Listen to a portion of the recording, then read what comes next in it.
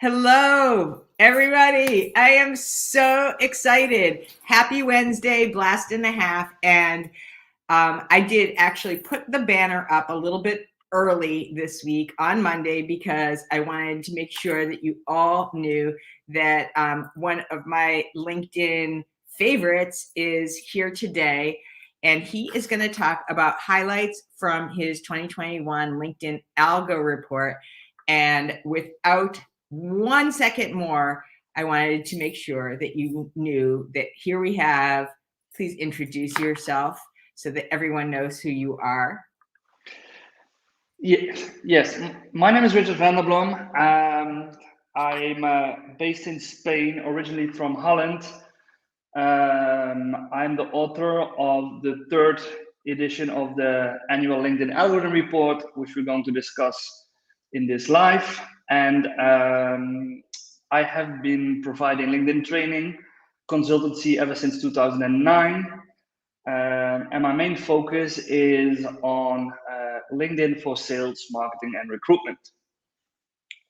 Fantastic. And so this is the third edition. Is that correct? Yep.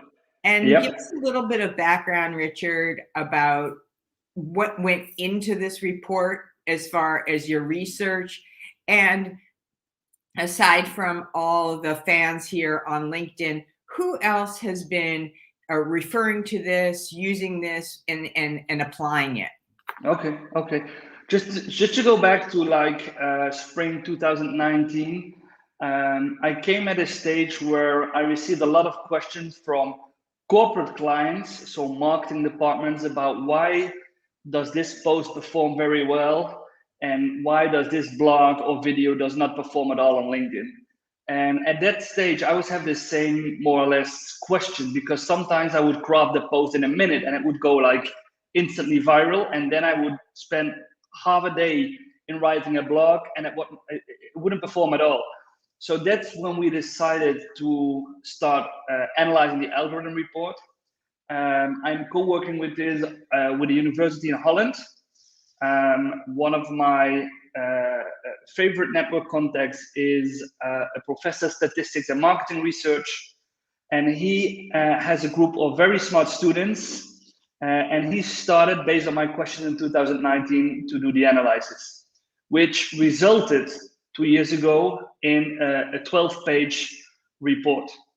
And when we published it on LinkedIn, it was in August, it exploded. So a lot of people were like downloading it, referring to it. So this means that a lot of people are like having questions. How can we maximize the impact of our content on LinkedIn? So last year we did it for the second time. And this year we just in September finished the third edition. We have a lot of people engaging with it. You see like corporates, marketing departments. It varies from big global enterprises to SME, small and medium enterprises, to entrepreneurs, a lot of marketing or communication agencies. And even some people from LinkedIn itself have reached out to me and said, thank you for this valuable piece of content.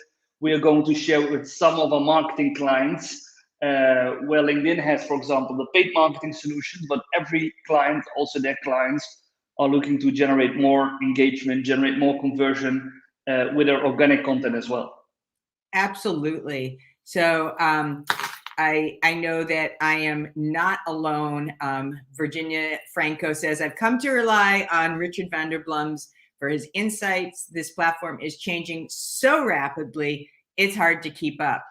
And what I want to also mention, and hello, Michelle, thanks for coming, is it's not only hard to keep up, it's hard to it's hard to get access to this information, because LinkedIn hashtag Microsoft isn't going to share all of its secrets. And for people who are active on the platform, the algorithm isn't the same forever and ever and ever. It changes, and they change it. And people like Richard, thankfully, are taking note and doing the research for us so that we can all benefit from the mysteries behind it, right? Yeah. So what I wanted to find out from you in your third annual report was, what was the biggest surprise? What was the biggest kind of finding that you uncovered? And I know there was a recent addition to this in that report and even subsequently thereafter. Yeah, just to go back for one step, I think Virginia is right. You are right. LinkedIn is now even more rapidly evolving and making changes to the algorithm. So one of the things we decided is not to do our next research like say July, August next year, but now every quarter to have like a sub research where we look on a specific, for example, could be external links, could be how dwell time develops. So because if we wait a year, it might be that in between there are a lot of changes. There are actually two things that really for me stood out. First, the impact of dwell time. And dwell time. Explain what dwell time is, because dwell time is a big deal, right? But dwell time is also like not a lay term, right? It might be to some, but help us understand what dwell time is. Yeah, in short, last year, 2020 April, LinkedIn discovered that a vast majority of members are not publishing content themselves and are not using the like, comment, and share button. We are talking about more than 70% of the people on LinkedIn not publishing the content themselves and not hitting like, comment, share. However, they are reading, they are consuming content, they are clicking on attachments, they are clicking on the see more button in your post. So it's not that they do not engage. I call them they engage silently just by consuming your content, maybe downloading your ebook, maybe whatever. So that's when LinkedIn realized that their algorithm, which was mainly based on the like, comment, share button and the clicks on your post, was actually based on the behavior of a minority on LinkedIn, the people that publish and that use these buttons. So they implemented dwell time, and dwell time does three things to make it very easy. First, if you scroll or if your audience is scrolling through their LinkedIn feed and they see your post and they stop on it because they want to read it, LinkedIn is starting to count the seconds or minutes people stay on your post. So it's screen time of your post. Okay. So, Second, so if dwell time starts to account once you as somebody are stopping, you don't need to engage, but now that will, you're silently engaging, or some people call them lazy lurkers, right? Lazy lurkers. Yep. But it still is attributable to dwell time. Hence the reason why, even if you have a text post, sometimes adding an image can instantly improve your dwell time, because if people are scrolling, images often make us aware of something interesting. That's why we stop and start reading. Okay. Got it. So that's the first time. How many seconds, how much time does people have their post in a screen? Second, do they click the see more link? After the third sentence, LinkedIn puts a see more, you can click on it and then the entire post becomes visible. In the research, it says that people clicking the see more link give the algorithm a more powerful signal than people liking your content. Okay. So the see more button is extremely important. And then after see more, LinkedIn again continues counting how many times after clicking on see more do people stay on the post. So you have dwell time, how much time do people stay in the post, do they click see more, and after that, how long do they continue to stay on the post? That's dwell time. Got it. Okay. Oops. So the last one is that should be number 3. Sorry, is how long they're actually, the stickiness, right? How long they're actually spending on that post.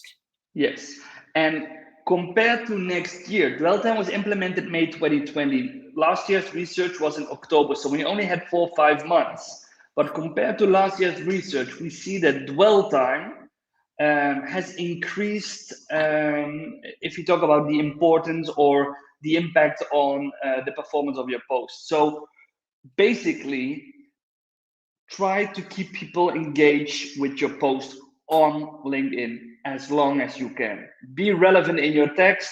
That's why you see a lot of slide decks. I use them myself, a lot of carousels, because if people go through representation, they stay on your post. And the same is for video as well. If you have a video of 2 minutes and I click the video, I stay for 2 minutes on your video. Right. And doesn't there become like a point of diminishing returns? If that video is 5 minutes, that's asking a lot. Yeah. All the videos said, the video stats say more or less somewhere between 45 seconds and a minute is like the average attention span. So if you have, for example, a video of 10 minutes, then maybe just try to cut it in like 5 editions and do some video snaps, because time is precious for everyone. And I don't speak with a lot of people that say, hey, I just watched a 10-minute video on LinkedIn. Oh, no. Maybe on YouTube, but not on LinkedIn. Yeah, right? exactly. So that was the first thing, Dwelt. And the second thing is that I think, based on the results, that LinkedIn is making some minor changes to respond to the behavior of the members that are trying to trick the algorithm. For example, we all know that if you post external links, it will like bring your reach down to about 40-50% of your normal reach. LinkedIn has tried to debunk the myth. They have said it's not true, but all the stats, my research, but also all other research say if you have external links, you will get on average 40-50% of reach of a normal post. So what are people trying to do? For example, they leave the link in the comment. So the algorithm won't detect it. Or they publish the post without a link, directly click on edit, and then add the link after editing, because again, the algorithm won't see it. Now, we have discovered that, for example, if you are yourself the first one to comment on your post, you get a minus 20% of reach. If you edit your post in the first hour, so also if you see a typo, again, minus 15% reach. Wow. So to me, it looks that LinkedIn knows what we are doing, and they are punishing us for doing like strange things with the external links. Okay, so I want to just do a little shout out here because this is important. Okay, external links should go where? Directly in the post. Directly in the post. So yeah, and you take the loss. Put them in the comments. Nope. Do not add them after you publish. Put them directly in your post. Number 2, right? So I said here, don't put it in the comments, and don't edit your post, even as tempting as it is, with typos or adding emojis or anything like that in the first hour, because that will not, it actually works against you. You said 25%? 15%. Editing 15%, commenting first on your post 20%.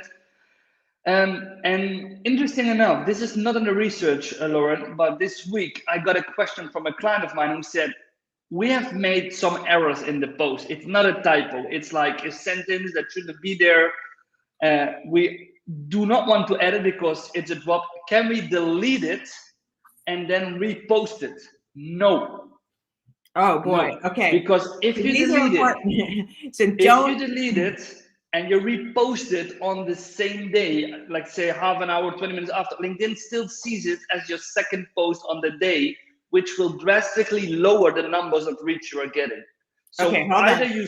So are you saying even if it's not the same post, so if you're going to mirror the same post and clean it up after you've edited it, that don't do that. But what if you put 2 posts in one day? What is that? That's also a no-go. That was a no-go already last year. Also now no-go. Okay. Posting more content than once every 24 hours on a personal page, because a company page can post as much content as they want, even 4 or 5 times a day. But on an individual page post, there is a graph in the research If you post a second time within 24 hours or even a third time, your posts are starting to cannibalize the reach of the first and the previous post.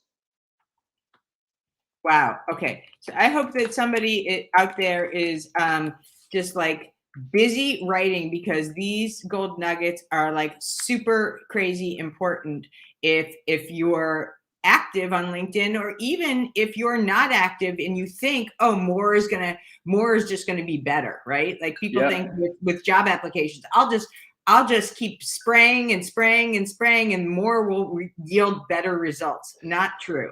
Not true here and not true in other cases. No, Be mindful just that we're not cannibalizing. I just want to address some comments. 1 second, Richard. Hold on. So I think that Claire had a great question.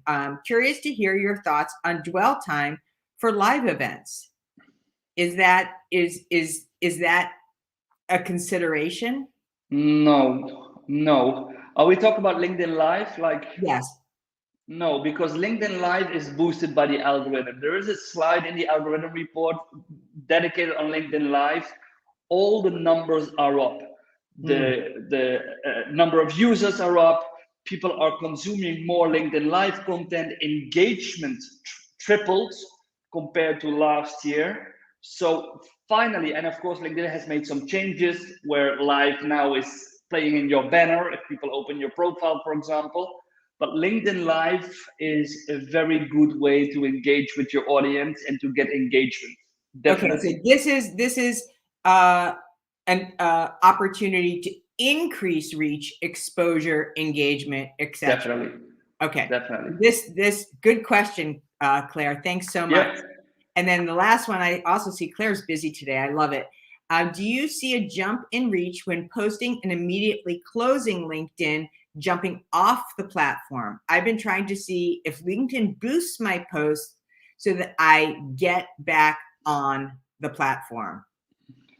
That's a very interesting question. And to be honest, I have no idea because I never researched it. So Claire is saying, I create a post. As soon as I hit publish, I close my browser, I go walk the dog.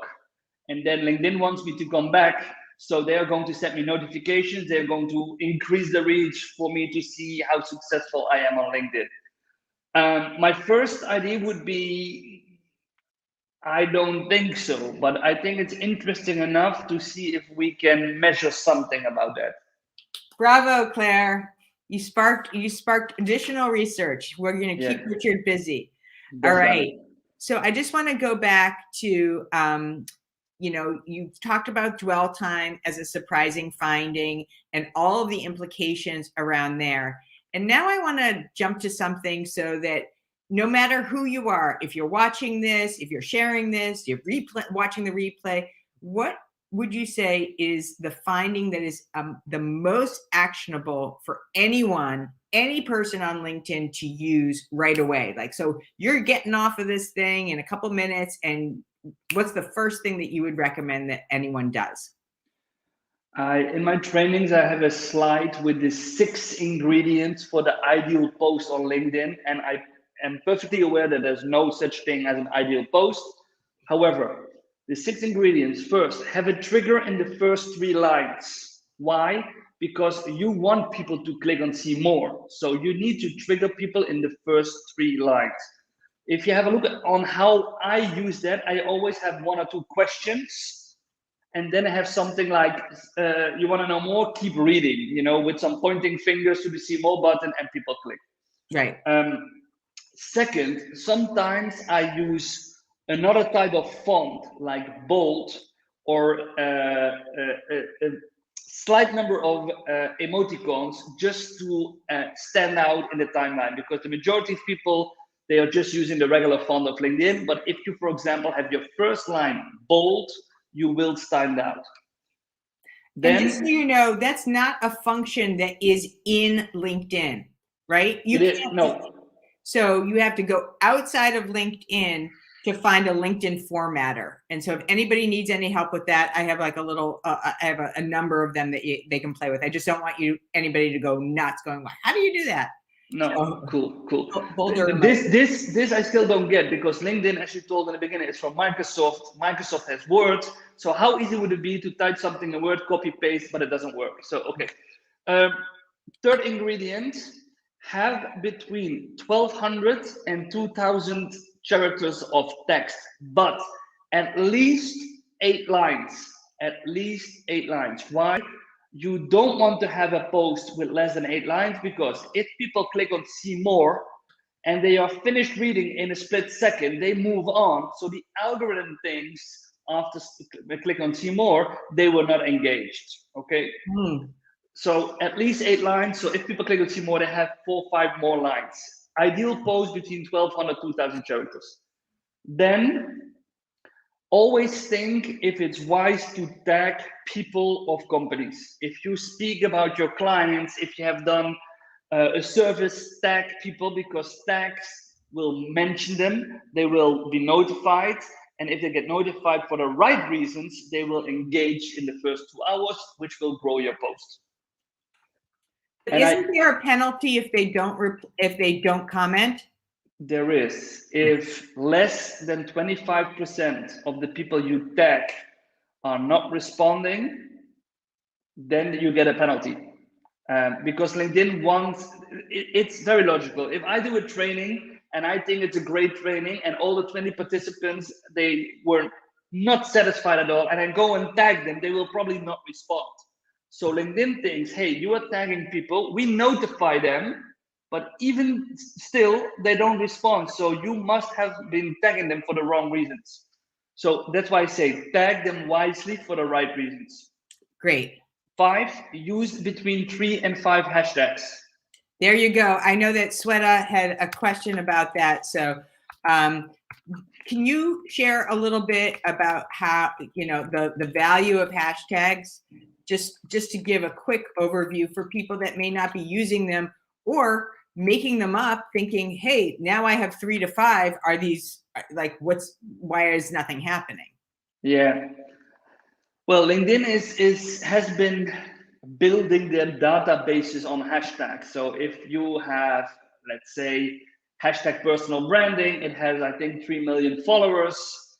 And if you use it, then it becomes clickable in your post. People can click on the hashtag, start following, and have their feed turned into a feed with all kind of messages about personal branding.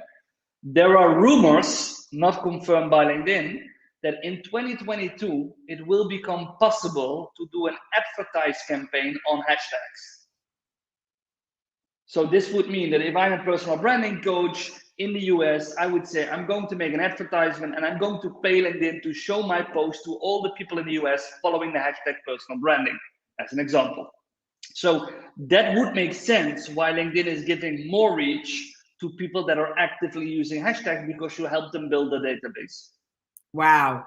So does that mean that when they serve up those hashtags at the bottom, I should be using those, the ones that they essentially suggested for me? They show you hashtags that you have been using recently. They show you hashtags that you are following yourself, or from earlier posts you engage with. So if I click on a post, your post, Lauren, and it says something like hashtag job seeker, and I click like 3-4 times in a week on those posts, then they will show me hashtag job seeker. So there are definitely some useful hashtags in the suggestion that LinkedIn brings you underneath your post, definitely. Okay, so don't solely rely on them, but understand that they're being served up because there's been some traction in usage of them previously, or whether you use them or whether you have engaged with other posts that use Exactly. them. And exactly. what's your number 6? Always have a call to action. Always. Never, like at the end, always ask questions. Okay. I created a post this morning about KPIs on LinkedIn. And I ended my post, what's the number you are looking for on LinkedIn? What kind of KPI do you think is important on LinkedIn? So I always ask questions. I always end my post with, want to see more insights about LinkedIn social selling, follow my personal hashtag. So I always ask questions in order to stimulate comments, because comments grow my post. And I show people where they can find more of my posts by putting the hashtags.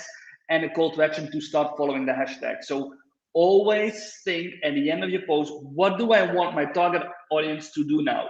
Do they need to follow? Do they need to click? Do they need to comment? Right. I do want to just ask a question kind of related to this, but I think it is really important. I know that is there any kind of guideline with respect to white space in between this? I know you talked about 8 lines, but 8 lines smushed together, I'm less apt to read. I'm just curious. No, that's true. In the algorithm, it doesn't make any difference. So if you have white lines or your text like all like without spaces, personally, I always use spaces just to guide the eye more easily, because especially if you're going to write 1200 characters, it's about 25 lines. If you don't have white lines, if you don't have stuff like headers, I think people will stop reading very soon. So it's not going to affect the algorithm, but it might affect engagement. Definitely. Yeah. Fantastic. So just going back to some of the other last kind of 4 minutes, what I would love for you to share is, for anybody who is on LinkedIn, what are the key metrics, 1 to 2 metrics that you want to track, right? For anybody who doesn't know, there is a third-party source called Shield, which does track your analytics, and it's something that you can pay for. But for most people who aren't Richard or other like analytic freaks, it's probably not going to be, high on the list. So what should us normies be doing to track our progress, right? Okay. First, what you should not track, views, because views is the number of times LinkedIn shows your post to your audience. It doesn't show if they clicked, if they read it, if they engaged with it. And I agree. If I make a post and I get 30,000 views, or I make a post and I get 4,000 views, of course there's a difference, of course. But a great example of why you should not track views is the massive spam wave of polls we have now at LinkedIn. We see a massive, and a lot of people create polls because they know it's the best performing type of post. Polls get like 10,000 views. What you should really track are 2 things, according to my opinion. First, I do it myself. The growth of your community, which means either the amount of connection requests you are getting from your target audience or your follower base that is growing. Interesting enough for me, in the last year, I grew my network connections with about 3,500, but my follower base grew with 10,000. For me, that's the ultimate proof that my content is engaging, because people are signing up to see more of my content. So first metric, community growth, which means either your network expanding or your follower base expanding. And second, engagement directly related to conversion. So it's really cool to get a lot of comments, likes, but if you post something in this age, in this era about COVID, you are bound to get a lot of likes, a lot of comments from people that agree with you, people that disagree with you. So that type of engagement does not necessarily mean that you are building your business. So you need to have the engagement where you can see, for example, that you receive more direct messages on LinkedIn with people asking for your services, more inquiries, or even more emails, people that take your contact details from LinkedIn and sending an email with, "Hey Richard, we've seen what you were doing there and we want to ask you something." Right. So engagement that converts, followers and connections are the two key areas that really are the most valuable for tracking, right? In my opinion, yeah. Yes. And so engagement that converts, the conversions are going to come from those 6 points that you just created, right? So, and then that, when we talk about this all the time, if you are giving away value, there's a greater likelihood that people are going to want to engage. Yeah, because you can obey these 6 ingredients, but if you have shitty content, if your content does not provide any value, you can obey all the rules you want, but it's not going to happen. So, and that's all. I think it's in one of the first slides in the algorithm research. It all starts with high quality content that adds value to your target audience, that provides insights, that answers the questions, the challenges they have. If you dare to put that out, you will receive a lot of more requests and questions from your target audience based on the content you already put out. Awesome. Right. So follow these, but the caveat is you have to have value as your primary means of content. Otherwise, they're not going to be impactful and they're not going to drive the engagement. So I mean, this has been truly a blast and a half. I know that I am not alone when I say I love your content. I appreciate what you share. And whether you are, somebody who is in the B2B world or a job seeker or a content creator or an influencer, all of these are applicable and easy to apply. So just so everyone knows, in the comments here, I probably did this wrong, right? In the comments here is a link to Richard's full study. It is free. It is downloadable. He also has a slider so that you can see some of the highlights there. But keep this on hand, not because it's not intuitive from this session, but you will be shocked and amazed at using a couple of these simple tricks will not only save you time, but drive your impact. And if you're on LinkedIn, what else are you doing here, right? So I hope that you guys not only follow Richard, but dive into this report. It is truly a gift. And so are you, Richard. Like I told you, I call you Sir Richard. That's what my mom said 43 years ago. You're a gift. So yes. So thank you for joining us from Valencia, Spain, where they have 300 sunny days a year. And please, everyone, follow Richard, and we'll see you next week on Blast and a Half. And Richard, hang around so that I can just wrap this up with you. Thanks a million, everybody. Talk soon.